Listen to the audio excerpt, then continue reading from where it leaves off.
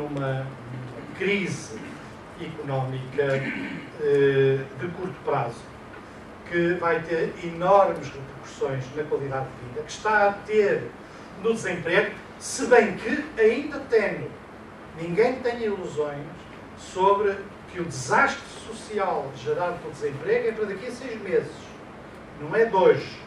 Muitas pessoas ainda têm para depois das eleições, quando muitas das ajudas extraordinárias acabarem, porque elas são incomportáveis, sem uma derrapagem completa do Orçamento de Estado, e quando, em muitos casos, os diferentes subsídios, os diferentes mecanismos de proteção social em relação ao desemprego se esgotarem e terminarem, e não houver dinheiro para os prolongar. Aí sim, a enorme crise social do desemprego baterá fundo, provavelmente mais no norte do que no sul, também no sul, também na região de Lisboa, mas também sobre isso convém não ser Lisboa-cêntrico. O grosso do problema do desemprego não é aqui, nem é em Setúbal, nem é nos arrabaldes industriais de Lisboa, é no norte.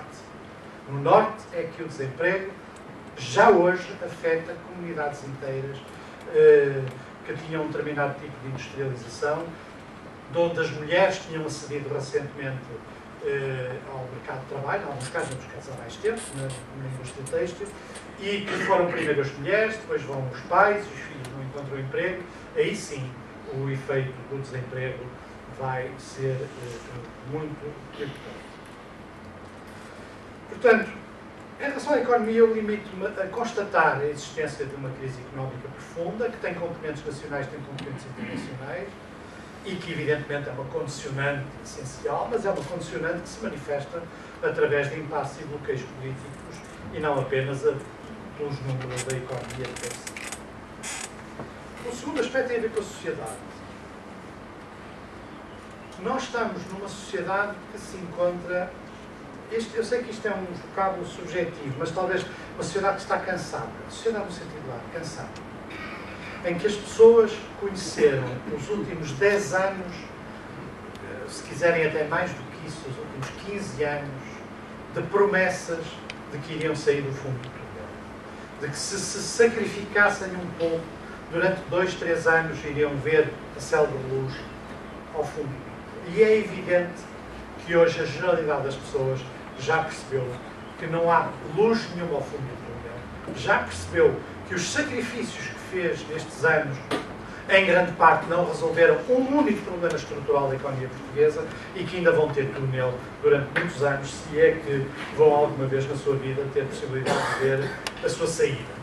E o efeito social disto é um efeito de cansaço, de perda de margem de manobra do ponto de vista.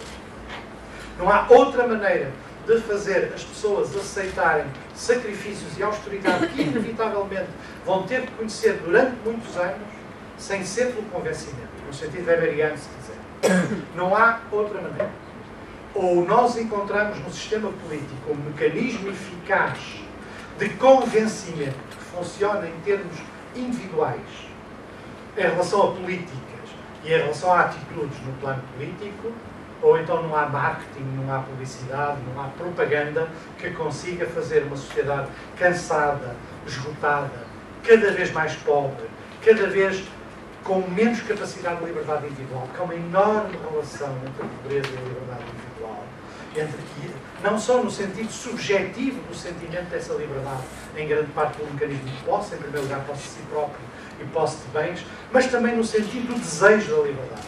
Uma das coisas mais preocupantes numa sociedade que empobrece como a nossa é que, efetivamente, os valores da liberdade perdem significado social. Diminuem de valor. As pessoas hoje aceitam, sem pestanejar, em nome, seja do que for, progressivas limitações à sua liberdade individual.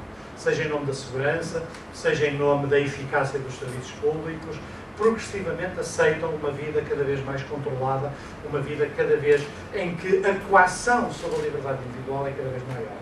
Numa sociedade deste género, não há nenhuma maneira de criar consenso social que se traduza em votos para a mudança e para políticas estruturais e não meramente conjunturais, que inevitavelmente têm um custo grave em termos de vida, em termos de qualidade de vida, a não ser pelo convencimento. E desse ponto de vista, para mim, há uma fratura fundamental na vida política hoje. ou um grupo de políticos, eu aqui, é evidente que estou a pensar em pessoas, mas não me interessa as pessoas, estou a pensar em geral, que tem uma política sistemática de dizer a verdade e de convencer as pessoas, ou então não há o marketing, a publicidade, a manipulação televisiva, a manipulação informativa, pode ter resultados a curto prazo, mas dificilmente ajudará a mudar a sociedade. E é por isso que o problema da atitude em relação à crise, na medida em que comporta um elemento ético que hoje escasseia no espaço público, é fundamental para a mudança. Mesmo que não resulte numa eleição, nem em duas, nem em três, não há outra alternativa. Uma sociedade como a portuguesa, empobrecida, cansada, desmoralizada, sem nenhuma crença na capacidade da vida política e dos políticos para transformar, não reconhece nenhuma mudança neste setup, chamamos assim, se não for através de uma política de verdade. As pessoas podem dizer o que é que significa uma política de verdade. Como todas as palavras, a gente já sabe que a palavra verdade é das palavras mais complicadas de explicar o que é verdade. Eu, de facto, não sei o que é verdade. Se me perguntarem o que é verdade, eu não sei o que é verdade. Mas sei certamente o que é a procura da verdade. Sei certamente o que é a vontade de se aproximar da verdade. E esta distinção é perfeitamente possível fazer no espaço público e na vida pública.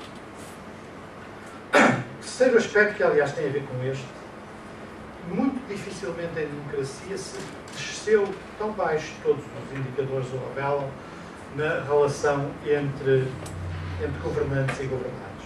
Nunca o grau de legitimação do sistema político, em particular do Parlamento, mas em geral da política, dos políticos e dos partidos, baixou tanto como nos dias de hoje.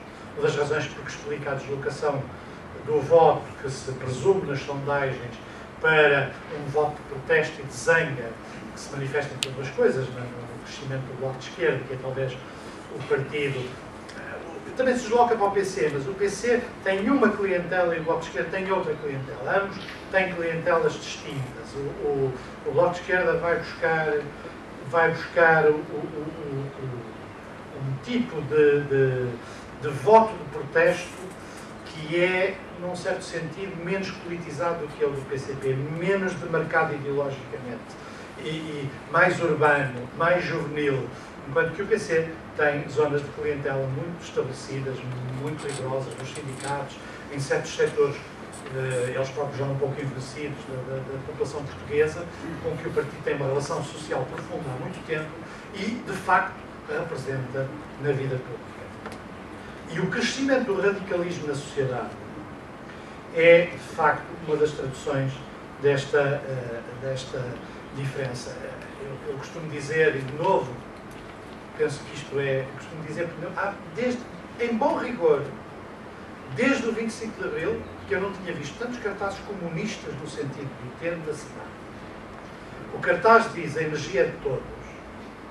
Portanto, deve ser todos. É um puro cartaz comunista, na tradição do comunismo, não é?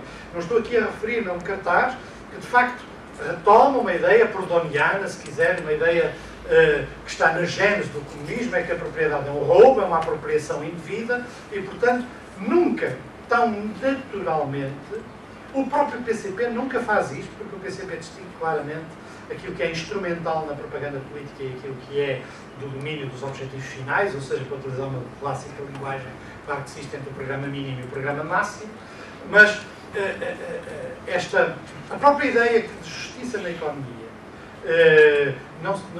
quando se tem lucros não se pode despedir, todos estes slogans remetem para uma ideia moral, chamamos assim, um determinado tipo de moral, que está na origem da tradição comunista, quer dizer, que é a ideia de que o funcionamento da sociedade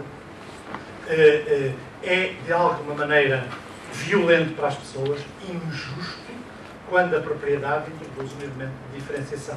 Não se trata de protestos contra a injustiça social, não se trata de protestos contra a exclusão nem contra a marginalidade. Trata-se de um programa histórico, clássico, com uma longa tradição no pensamento político europeu, de que, de facto, há uma espécie de retorno moral ao mundo primitivo que não tinha sido degradado nem depravado pela propriedade. As pessoas têm que ver as coisas como elas são em função das tradições políticas que lá estão traduzidas. De novo, insisto, não se trata aqui, é de facto,